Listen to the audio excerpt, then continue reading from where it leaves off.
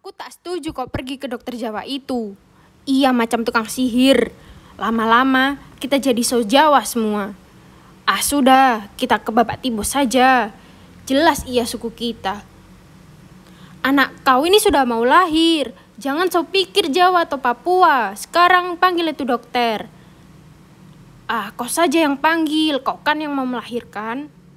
Ini perbuatan kau juga. Suara siapa itu? Masuk saja. Dini hari seperti ini tidak baik berada di luar rumah. Wah, melahirkan. Melahirkan memang suka tak kenal waktu. Ia bisa datang kapan saja. Seperti dengan halnya kematian. Mengapa aku jadi melantur mengatakan kematian? Selama 3 tahun aku di sini, puskesmas ini menjadi saksi bahwa kelahiran dan kematian itu tidak pernah adil. Kau boleh melotot mengatakan bahwa setiap ada kelahiran itu pasti diimbangi dengan kematian. Hukum itu membuat jumlah manusia sama.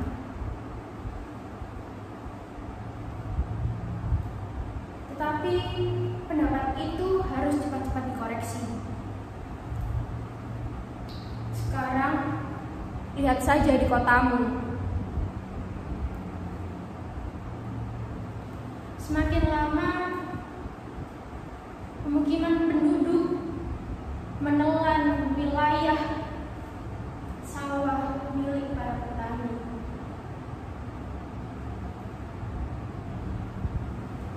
Hal itu dapat membuktikan bahwa kelahiran lebih banyak daripada kematian.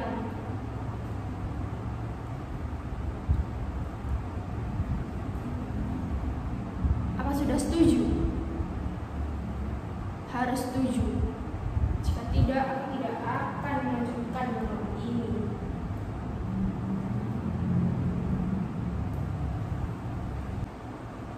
Asal kau tahu, hukum keseimbangan tidak berlaku di desa ini.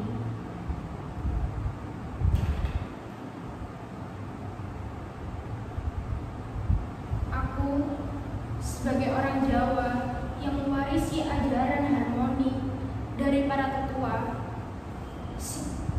aku merasa seperti dibenturkan oleh kenyataan pahit yang berbeda dari apa yang telah diajarkan.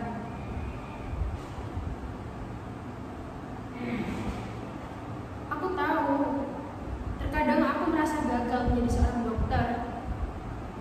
Seharusnya aku bisa menjadi pencegah kematian.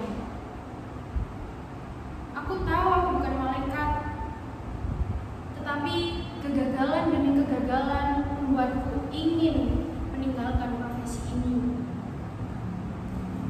Bapak, Mama, ayo masuk sini. Sudah, masuk saja. Ini puskesmas satu-satunya di desa ini. Setidaknya bayi yang ada di perut itu bisa selamat dan bisa menghirup udara segar di desa ini. Kalian berdua sudah tahu kan, bayi yang terlahir di sini belum tentu selamat. Yang selamat pun belum tentu memiliki kesempatan untuk menjadi kanak-kanak.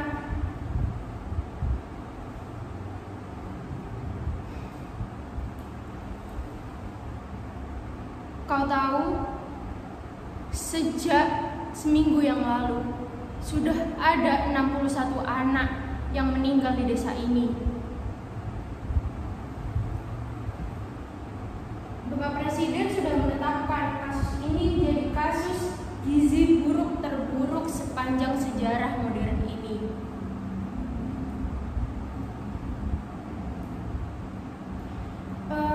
Aku kalau boleh mau cerita, tapi janji ya, jangan diviralkan di media sosial.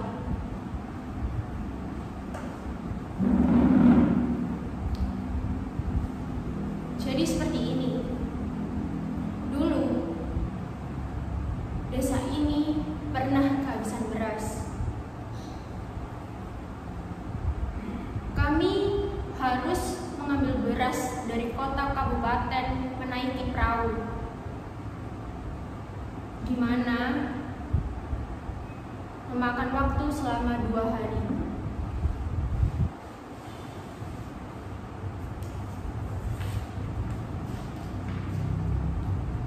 Katanya perahu itu pecah setelah menabrak batang pohon kayu yang ada di sungai. Orang-orangnya habis dimakan buaya. Berasnya hanyut di sungai. Akibatnya sudah 3 bulan kami tidak makan nasi sama sekali.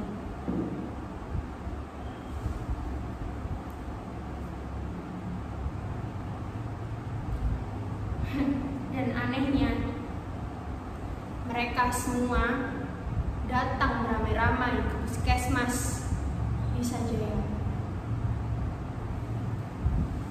Dan paling anehnya lagi, mereka menuduh aku sebagai dalangnya atas kejadian semua ini.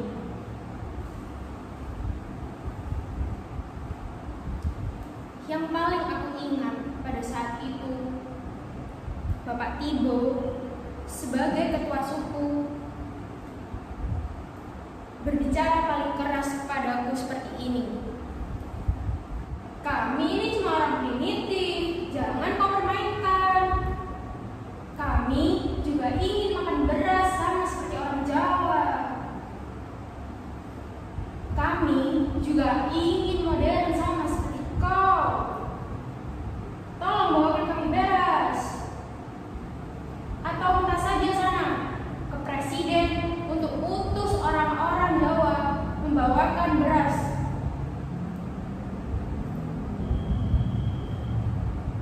Kami ini bukan cuma lapar, kami juga ingin maju. Lalu Bapak Koga memotong dan ingin berbicara seperti ini. Maaf Bapak Tibo, saya memotong. Dokter Hayu ini hanya membantu kita orang yang sakit dan sudah membantu kita untuk melahirkan anak-anak. Jadi, ia tidak ada hubungannya dengan beras. Bapak Tibo pun memotong lagi. Bagaimana kau bisa bilang begitu, Koga? Dulu ada niat baik dari orang Jawa yang kirim kita beras. Sekarang kita semua sudah makan beras supaya sehat dan modern. Karena dokter ini dari Jawa, maka ia juga harusnya bisa membawakan kita beras. Saya pun memberanikan diri untuk berbicara. Saya berbicara seperti ini. Saya dikirim dari Jawa hanya untuk membantu kesehatan warga yang ada di sini. Ya, walaupun terbatas dan hanya memiliki obat-obatan. Sekarang bagaimana jika kita pikirkan saja cara mengatasi ketiadaan beras sekarang ini? Saya punya usul. Bagaimana jika mengganti beras dengan sagu? Lalu Pak Tibo pun memotong seperti ini. Mana pula kau bisa gitu bicara? Jangan dulu ada orang yang bilang kalau kita Papua mau modern harus makan beras. Makan sagu itu hanya memperpanjang penderitaan. Kami tak mau lagi makan sagu. Sekarang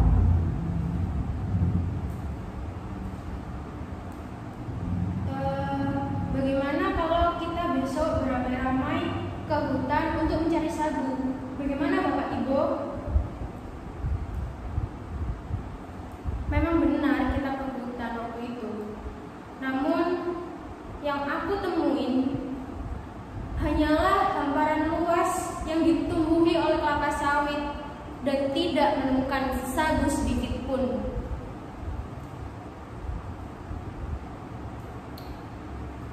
Menurutku, ini salah pemerintah yang sudah menggantikan sagu dengan beras. Padahal mereka tahu bahwa beras sendiri baru bisa dikirim di sini memakan waktu 2 hari.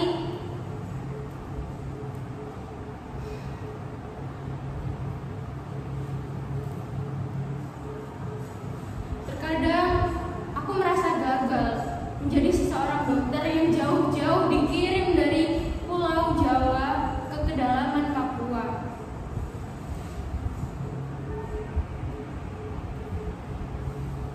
Di surga seperti ini, yang kaya akan sumber daya alam yang melimpah, mana bisa terjadi kelaparan dan kekurangan gizi.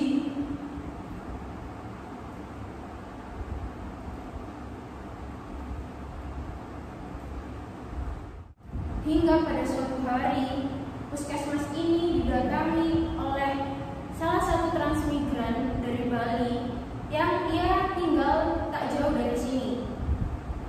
Memang di desanya tidak ada puskesmas. Namun yang aku ingat, dia mengatakan satu kalimat, hidup memang harus menanam, tak bisa langsung memetik hasil. Kalimat tersebut yang membuat saya berpikir sepanjang malam.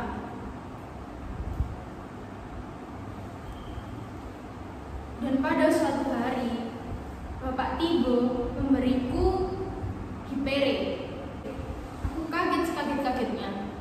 Ia membawakanku segenggam ubi dan mengundangku datang ke acara bakar batu. Aku berpikir, acara ini diadakan untuk rasa syukur dan mempererat tali silaturahmi antar warga.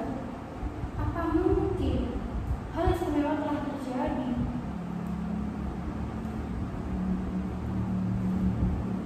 Silakan dokter, saya kenalkan ini orang yang telah menyelamatkan kami dari kelaparan, kata Bapak Tibo setelah memberi salam kepada para transmigran dan pembuka suku pedalaman.